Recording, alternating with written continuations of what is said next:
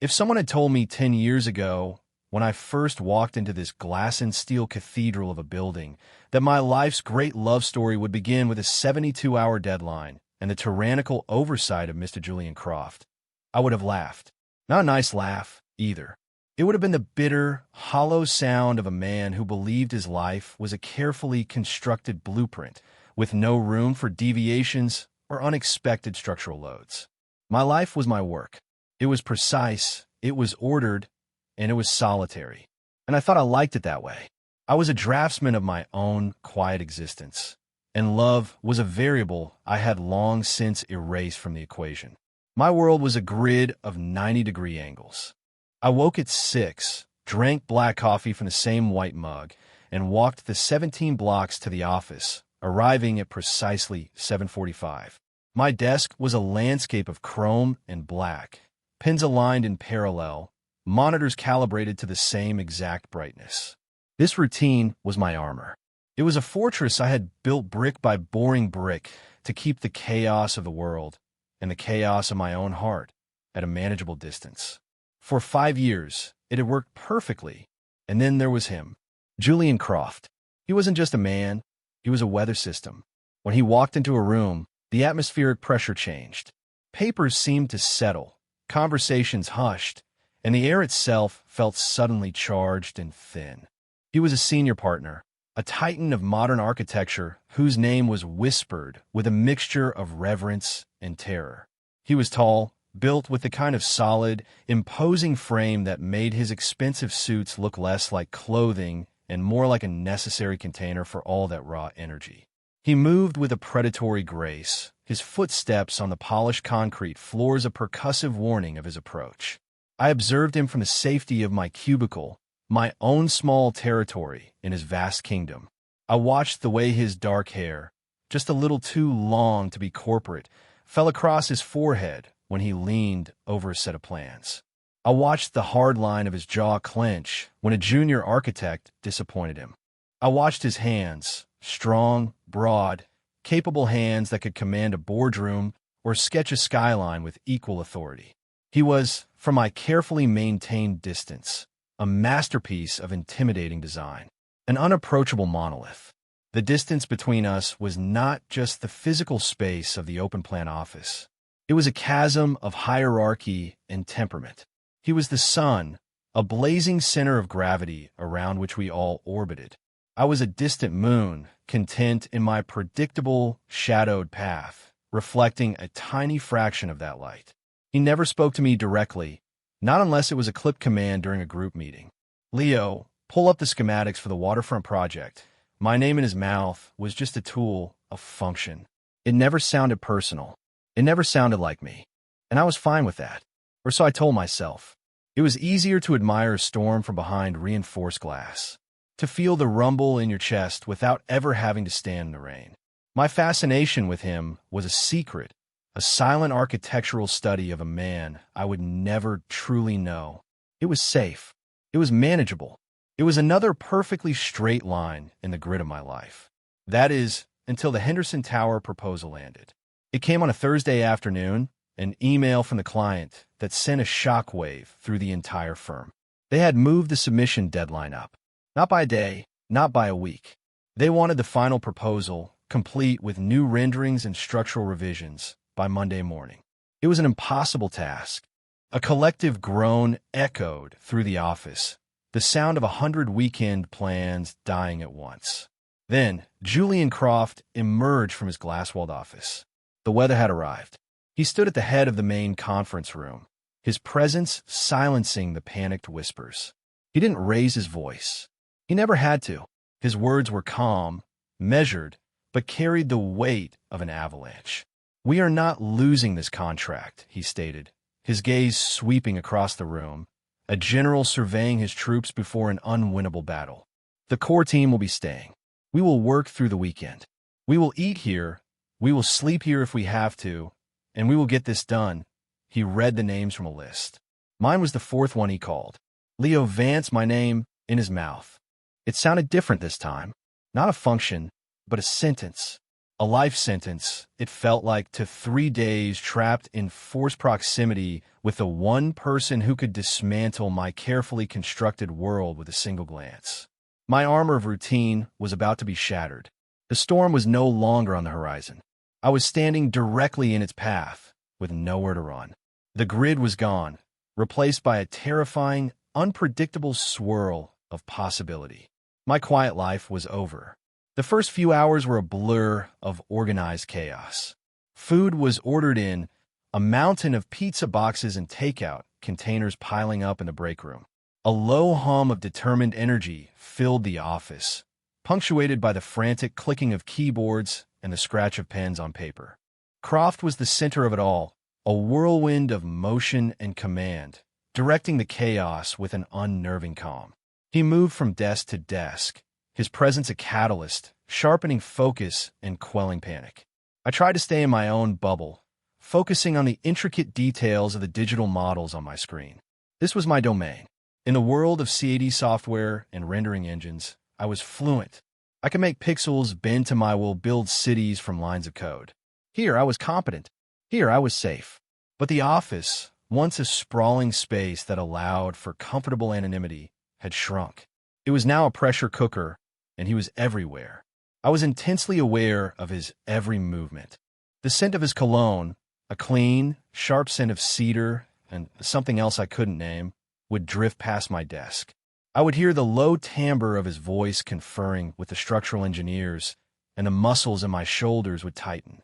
He was a constant, distracting presence, a magnetic north that kept pulling my attention away from the task at hand. By midnight, the initial adrenaline had worn off, replaced by a thick, syrupy exhaustion. The team had thinned out, some retreating to darkened conference rooms to catch an hour of sleep on uncomfortable chairs.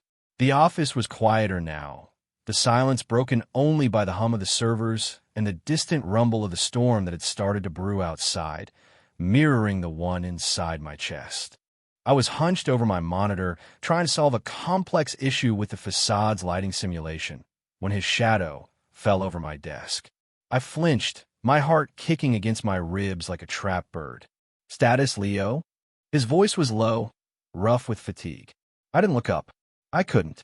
I kept my eyes fixed on the screen, a coward hiding behind a digital shield. The reflection mapping is causing a cascade failure in the ambient occlusion layer, I said, the technical jargon a flimsy defense. I'm trying to isolate the corrupted assets. He was silent for a long moment. I could feel his gaze on the back of my neck, a physical weight. I expected a sharp command, an impatient sigh. Instead, I heard the sound of a chair rolling closer. He sat down in the empty seat beside me.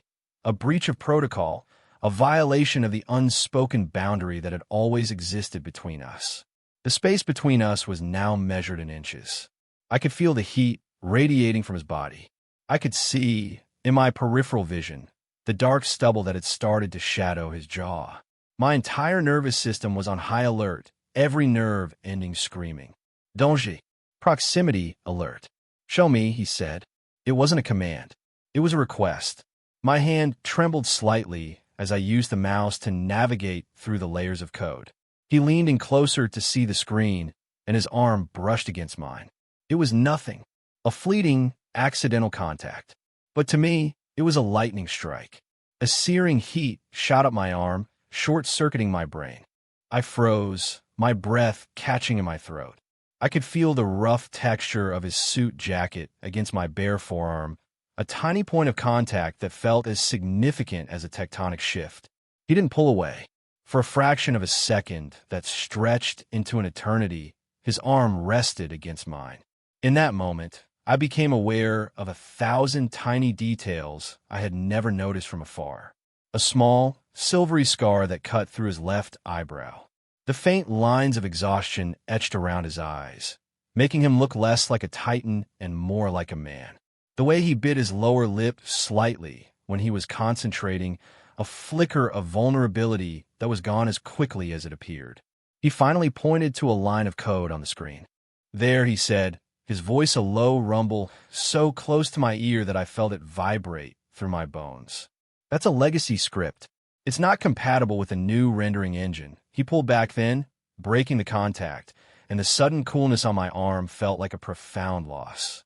I stared at the screen, my mind struggling to reboot. He was right. It was a stupid, obvious mistake I had overlooked in my fatigue. I felt a flush of embarrassment creep up my neck.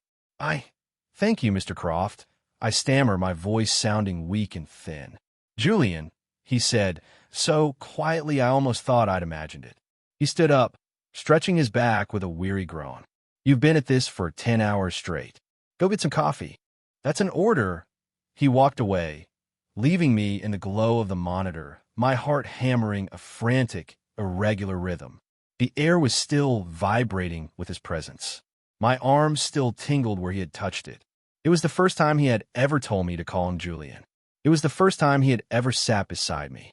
It was the first time he had ever been human. The carefully drawn lines of my world, the ones that kept him at a safe distance, were beginning to smudge and blur. And I was terrified, utterly, completely terrified. Something shifted after that moment. The hierarchy, the invisible wall between us, seemed to develop a crack. It started with the coffee. When I returned to my desk, a fresh cup was sitting there, steaming and black, just how I liked it. I looked over toward the break room and saw him watching me for a second before turning away. It was a small gesture, insignificant in the grand scheme of the project, but it felt monumental. It felt like a message. I see you. The second day bled into the second night. The office became a strange, liminal space, divorced from the normal flow of time. The storm outside intensified, lashing rain against the panoramic windows, isolating us completely from the sleeping city below. We were a small island of light and frantic energy in a sea of darkness. My specialized knowledge of the firm's labyrinthine digital archives, something usually relegated to back-end support, suddenly became a critical asset.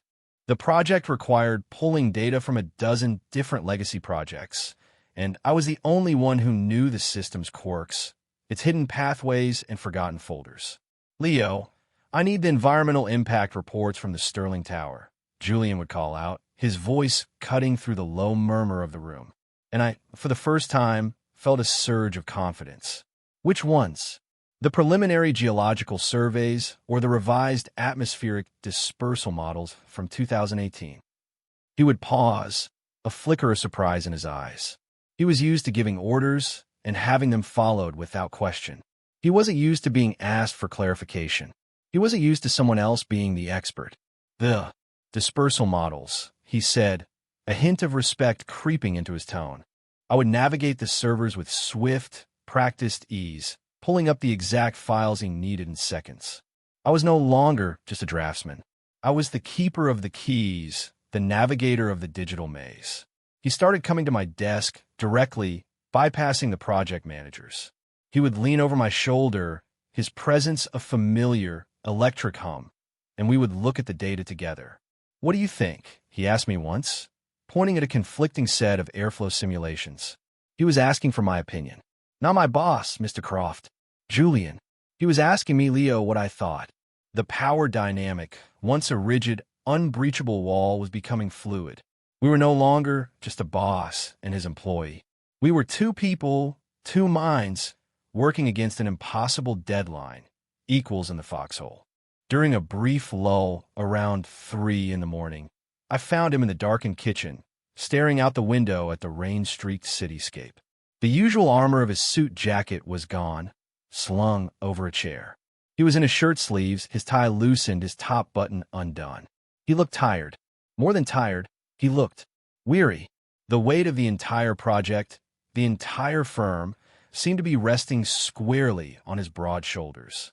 You should get some sleep, I said softly, my voice startling in the silence. He didn't turn around. Can't, he murmured, his voice rough. Too much riding on this. He ran a hand through his hair, a gesture of profound exhaustion and stress. If we lose this contract, we lose 30% of our annual revenue. That's not just a number on a spreadsheet. That's jobs. People's livelihoods. In that moment, he wasn't the intimidating titan I had built up in my head. He was just a man carrying a burden too heavy for one person to bear. My perception of him, a two-dimensional sketch drawn from a distance, was suddenly being filled in with color and shadow and depth. I saw the vulnerability he kept so carefully hidden behind his mask of command. "We're not going to lose it," I said, with a certainty that surprised even myself. "The work is good. Your design is brilliant." He finally turned to look at me. The harsh office lights were off, and in the soft glow from the city lights below, his eyes seemed darker, deeper. The air between us was thick with unspoken things, with the rain and the late hour and the shared exhaustion. "Thank you, Leo," he said. And the way he said my name this time, it was different. It was soft. It was personal. It landed in the center of my chest and bloomed into a warmth that spread through my entire body. The monolith was crumbling, and I found myself wanting desperately to see what lay inside. The thaw was no longer a slow, tentative process. It was a flood, and I was being swept away by the current. The final push was a fugue state of caffeine and sheer willpower. By Sunday evening, only a handful of us remained, the true diehards. The rest of the team had finally succumbed to exhaustion, passed out on couches and in empty offices. The storm outside had settled into a steady, drumming rain. The world had shrunk to this single floor, this bubble of artificial light and humming machines. It was just me and him and a couple of junior designers asleep at their desks a world away. We were at the main layout table, a vast white plane littered with discarded sketches, empty coffee cups, and the final, beautiful printed renderings. The last piece of the puzzle was the physical portfolio, the assembly of all our digital work into a tangible presentation. My hands were steady as I mounted the images, my years of meticulous, detail-oriented work serving me well. Julian stood beside me, not helping, just watching. His silence was a tangible thing, a presence in the room that was more potent than any words. The only sounds were the soft snick of the X-Acto knife against the cutting mat and the rhythm of the rain against the glass. The air was heavy, charged with a strange, intimate stillness. The professional context had completely dissolved. We were just two people, alone in the middle of the night, surrounded by the fruits of our shared labor. "It's good," he said, his voice a low murmur beside me. "You were right. It's going to work. We did good work." I corrected him softly, not looking up from the print I was trimming. My heart was a frantic drum against my ribs, a wild counter-rhythm to the steady rain. I could feel his gaze on me, and it felt like a touch. He reached out, his hand covering mine, stilling the knife. His touch was warm, firm. It wasn't accidental this time. It was deliberate. A current, hot and immediate, shot up my arm, and I finally looked up at him. His face was inches from mine. In the low light, his eyes were dark pools, and I saw something in them I had never seen before. Not command, not authority, not even respect. It was something raw, something questioning, something vulnerable. It was the same look I imagined I had in my own eyes. A silent, terrifying question hanging in the air between us. "Leo," he breathed, and my name was a prayer, a confession. He didn't say anything else. He didn't have to. The pressure of his hand on mine was a conversation all its own. He started to lean in, a slow, hesitant movement, his eyes never leaving mine, giving me every opportunity to pull away, to break the spell. I didn't. I couldn't. It felt like my entire life, my entire solitary, ordered existence had been leading to this single, chaotic, terrifying moment. I met him halfway. His lips were softer than I ever could have imagined. The first touch was tentative, a question. It was not a kiss of frantic passion, but of discovery. It was slow and deep and breathtakingly honest. I could taste the bitter coffee on his tongue, feel the rough scrape of his stubble against my skin. My hands came up to cup his face, my fingers tangling in the hair at the nape of his neck. He made a low sound in the back of his throat, a sound of surrender, and pulled me closer, one of his hands moving from mine to rest on the small of my back, holding me to him. In that kiss, years of unspoken longing, of secret observation, of carefully maintained distance, all collapsed into a single, beautiful, incandescent point. The storm outside and the storm inside me finally merged. The blueprint of my life was on fire, and I stood in the heart of the flames, feeling nothing but a profound, terrifying, and exhilarating warmth. The rigid lines were gone, replaced by a shape I didn't recognize, a future I couldn't possibly have drafted. And for the first time, I didn't care. I woke to the jarring, artificial brightness of the office lights. For a moment, I was disoriented, my cheek pressed against the cool, smooth surface of the layout table, the scent of paper and printing ink filling my senses. The memory of the night before came rushing back, a tidal wave of warmth and panic. The kiss, his hands, his mouth on mine. I sat up, my heart a leaden weight in my chest. I was alone. The office was quiet, but it was the bustling quiet of a Monday morning. People were starting to trickle in, their faces fresh, their clothes clean. They moved with the energy of a new day, a stark contrast to the bone-deep weariness that had settled into my soul. The spell was broken. The intimate, rain-swept island we had inhabited was gone, reclaimed by the harsh reality of the corporate world. I saw him then. He was standing by his office door, talking to one of the other partners. He was back in his armor, a crisp, dark suit, a perfectly knotted tie. He looked powerful, rested, untouchable. He looked like Mr. Croft again. He laughed at something the other man said, a smooth, professional sound that bore no resemblance to the raw, vulnerable noises he had made in the dark. My stomach twisted into a knot of pure, cold dread. It was a mistake. It was the stress, the exhaustion. It meant nothing. The thought repeated in my head, a cruel mantra. I was a fool, a naive, romantic fool who had mistaken a moment of shared pressure for something more. He saw me. His eyes met mine across the expanse of the office floor. For a fleeting second, I saw a flicker of something. Confusion? Regret? Before his expression smoothed over into one of polite, professional distance. He gave me a small, tight nod, a gesture a boss gives an employee, and then turned back to his conversation. The nod was a physical blow. It was a dismissal. It was a neat, clean severing of the fragile thread that had connected us.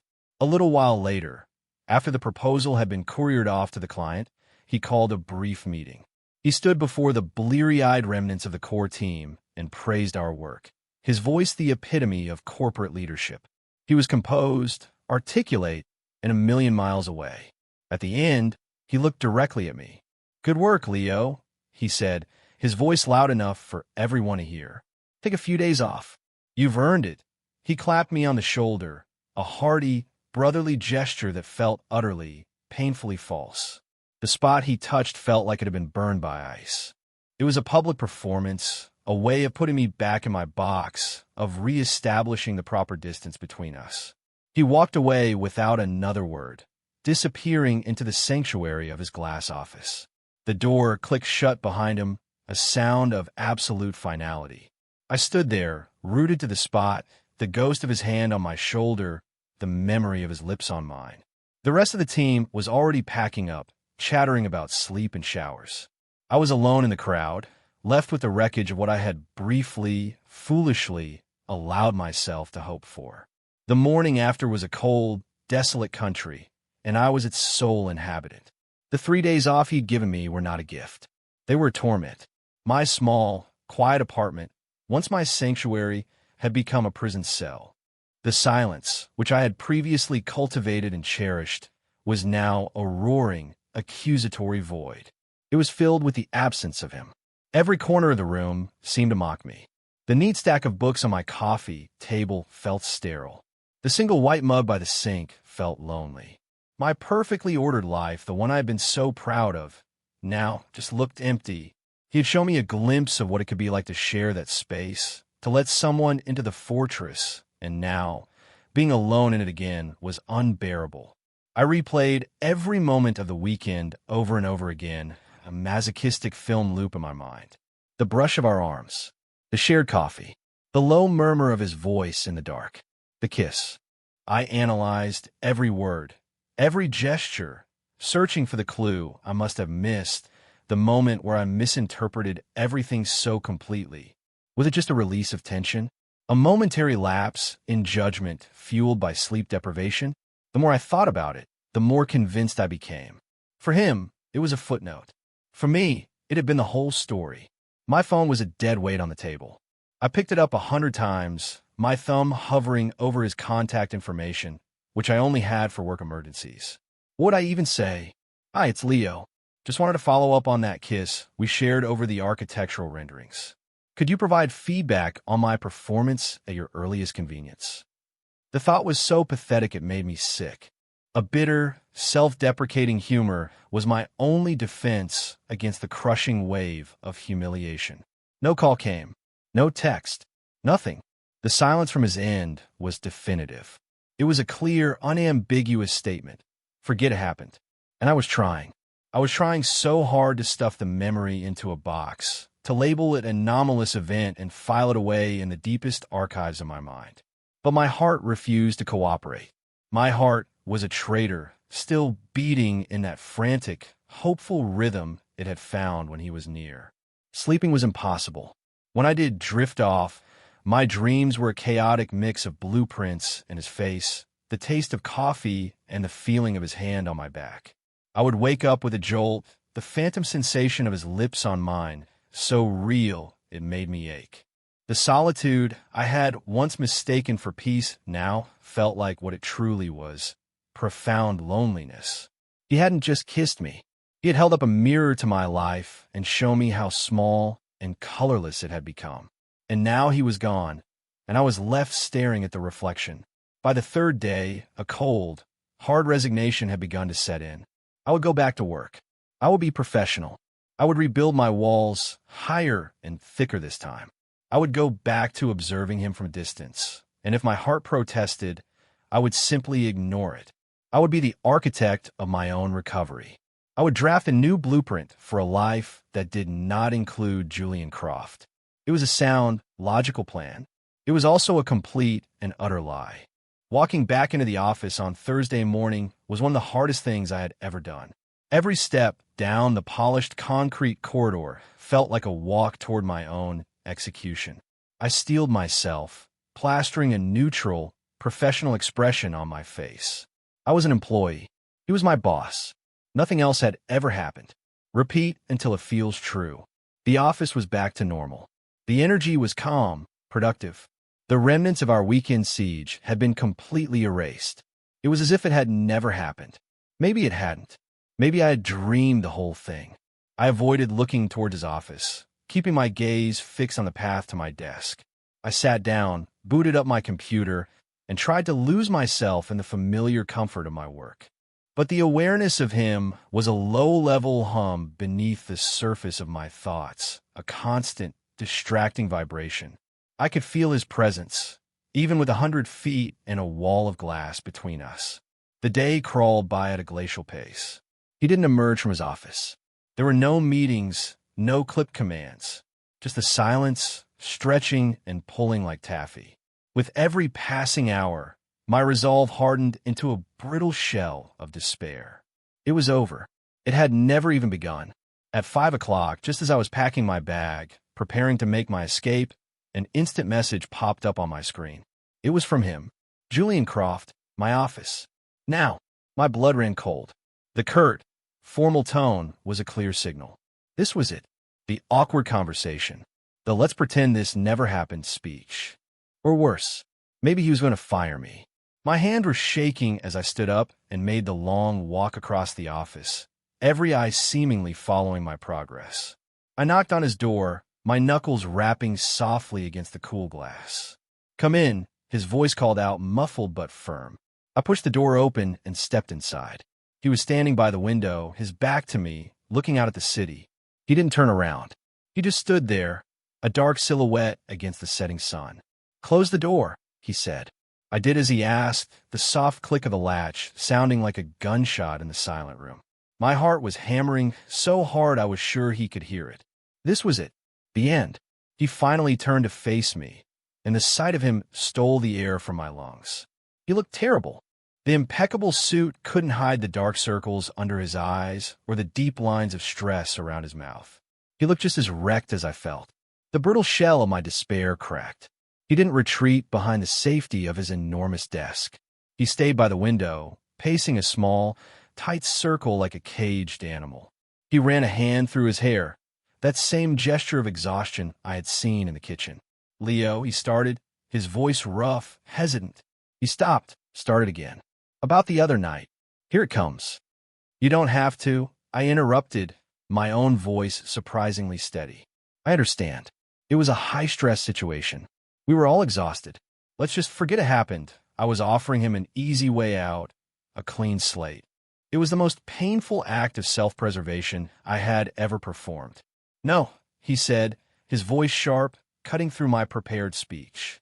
He stopped pacing and looked directly at me, his eyes burning with an intensity that pinned me to the spot. "That's the one thing I can't do. I've been trying for 3 days, and I can't." He took a step towards me. "That wasn't the stress, Leo. It wasn't the storm. It wasn't the goddamn deadline." He took another step, closing the distance between us until he was standing right in front of me. "It was you, my carefully constructed walls, the ones I've been so desperately trying to rebuild, crumbled into dust." "I don't know what I'm doing," he confessed, his voice dropping to a raw, vulnerable whisper.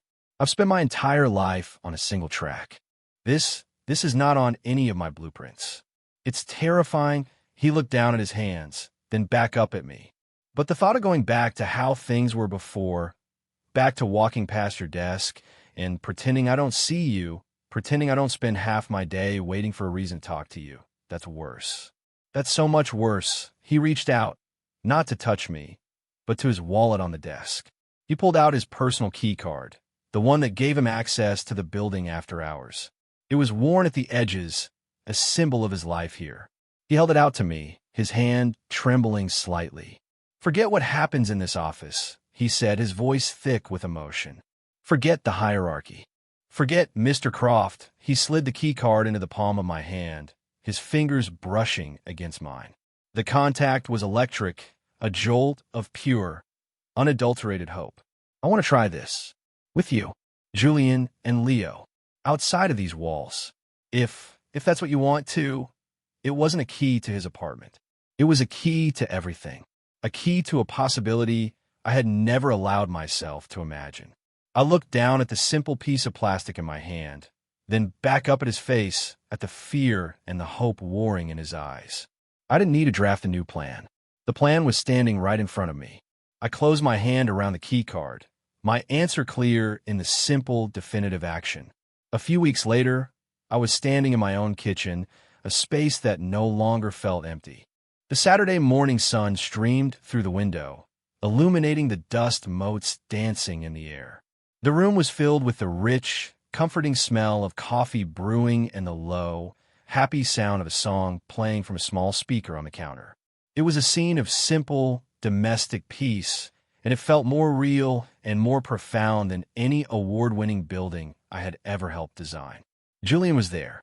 Not Mr. Croft, the titan of industry, but Julian. He was leaning against the counter, wearing a soft, gray t-shirt that had seen better days and a pair of worn jeans. He was barefoot.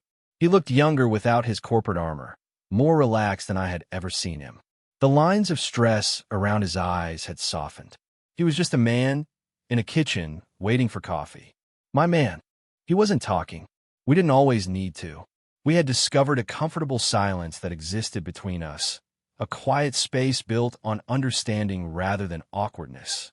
He was watching me as I poured the coffee into 2 mugs, my familiar white one, and a new, dark blue one that he had brought over. He reached out and took his mug, his fingers brushing against mine in a gesture that was now easy and familiar, yet still sent a tiny, pleasant jolt through me. "You know," he said, his voice a low, morning rumble, "I always hated this neighborhood. Thought it was too crowded." He took a sip of his coffee and looked around my small, sun-drenched apartment. "Now I think it's perfect," I smiled. A real, genuine smile that reached my eyes. "It's because you get to park in my spot, isn't it?" He laughed, a deep, warm sound that filled the kitchen. "That helps," he admitted. "But it's not the main reason." He put his mug down and stepped towards me, closing the small space between us. He wrapped his arms around my waist, pulling me against him. I rested my head on his chest, listening to the steady, reassuring beat of his heart. We stood there for a long time, just holding each other, the coffee growing cool in our hands. This was our new routine, a new blueprint we were drafting together, day by day. It wasn't made of straight lines and right angles. It was messy and surprising and infinitely more beautiful than anything I could have designed on my own. We were learning each other's rhythms, the quiet vulnerabilities and the hidden strengths. He was learning that my meticulous nature was a form of care. I was learning that his commanding presence was a shield for a deep-seated fear of letting people down. Looking back, I see my old life as a black and white architectural drawing, precise, functional, and utterly devoid of color. Julian was the disruption I never knew I needed. He was the unexpected structural load that forced me to rethink the entire design. He didn't just break down my walls. He helped me see that I never needed them in the first place. My fortress of solitude wasn't keeping the chaos out. It was keeping life out. He was the plot twist in my quiet, predictable story, the vibrant, chaotic color that bled across the page and made everything new. He showed me that the most beautiful structures aren't always the ones that follow the plan, but the ones that adapt, the ones that are strong enough to allow for a little bit of beautiful, glorious chaos. My heart was no longer a frantic, trapped bird. It was flying. And for the first time, it felt like it had found its way home. It makes me wonder, have you ever had a person completely shatter your well-laid plans, only to help you build something far better in their place? Sometimes the greatest risks are the ones that lead us to the places we were always meant to be. Let me know in the comments what you think about taking that kind of leap of faith. And if you enjoyed Leo and Julian's story and want to hear more tales of unexpected love, make sure to subscribe to the channel. Your support means the world.